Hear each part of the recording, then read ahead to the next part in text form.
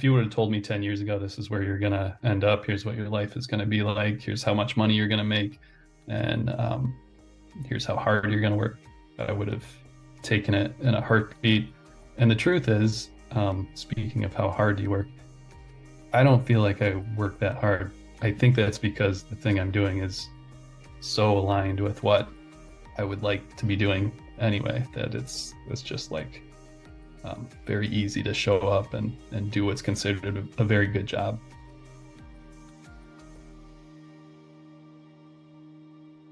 I was thinking about that the last few days, and I remember really not being excited to go to work in the morning, and not just not excited, but sometimes dreading it depending on what was going to happen that day. And this was a job that I was fairly good at, fairly successful at. The people I worked with, for the most part, were good to get along with. They liked me, I liked them. At the same time, I could tell I wasn't firing on all cylinders. If I could just be totally immodest for a moment. From childhood, I've been a real go-getter. I'm used to succeeding at whatever I do, even if that takes a little effort. And for whatever reason, the job I was at, which was a research position, was just not doing it for me. And I could tell I was firing on, 4 of 8 cylinders or something like that, and it wasn't a good feeling. You don't like to do something that you're not improving at, that you're not excited about. Doesn't align with, apparently, what my career goals were, as I found out. My past career didn't start out that way. It started out very exciting, and that was because I think I was doing the types of things that I really like to do. But as my career grew over the next decade or so, part of my responsibilities became doing these tasks and administrative pieces of work that just really wore me down. And I it's a little bit childish, but I didn't like doing that stuff. Probably things started to become apparent to me over the last 5 years of my work there, and it just kind of grew and grew and grew. And then at a certain point, I realized, I have to do something.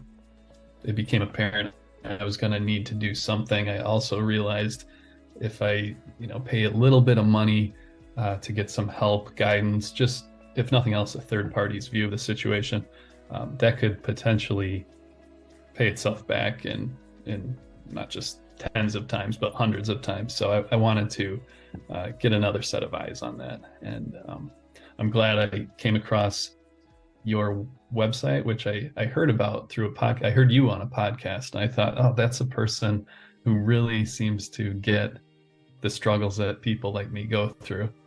And I looked up your website, and the rest is history. I wanted to get real clear on what kind of a job I would be happy with and be excited to go to every day. I didn't feel that I was really in a great state of mind to figure out what that was on my own. And what I loved about your approach was it wasn't just, hey, let's talk, let's brainstorm this and that.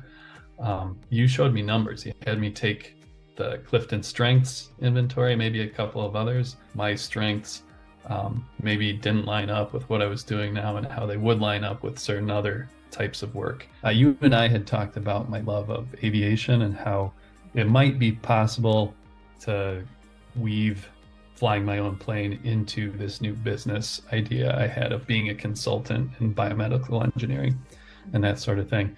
So I did start flying more after that point in time. And I mean, kind of a long story, but before I knew it, I was flying business jets full time. It kind of just fell in my lap and having the time of my life doing it. So I kept on flying, kept on gaining experience and ratings. And before I knew it, I was applying to major US airlines. And like I was just hired by a major US airline. And that is just really all I could dream for. I've been working on an app that I'm really excited about, an aviation related app. So in addition to having this great full-time career that pays well and it's what I like to do, I've got time on my hands to pursue these creative endeavors and just go out on a limb on some things that really fire me up. And and make me happy. It comes up over and over again. You're talking to somebody, what do you do? What do I do? And they start describing their job. And I'm not sure if they're aware of it, but they're giving all these nonverbal cues that just scream, this job is okay. I'm not happy with it by any means, blah, blah, blah, blah.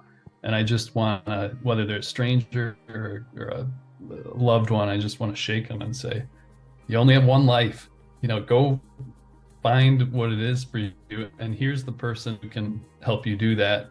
And she's the one who helped me. And her name is Erin Thomas. And you need to talk with her.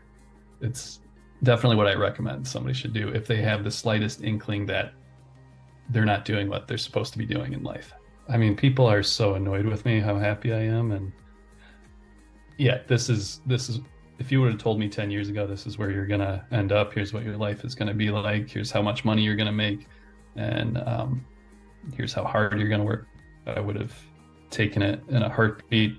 And the truth is, speaking of how hard you work, I don't feel like I work that hard. I think that's because the thing I'm doing is so aligned with what I would like to be doing anyway, that it's just like very easy to show up and do what's considered a very good job.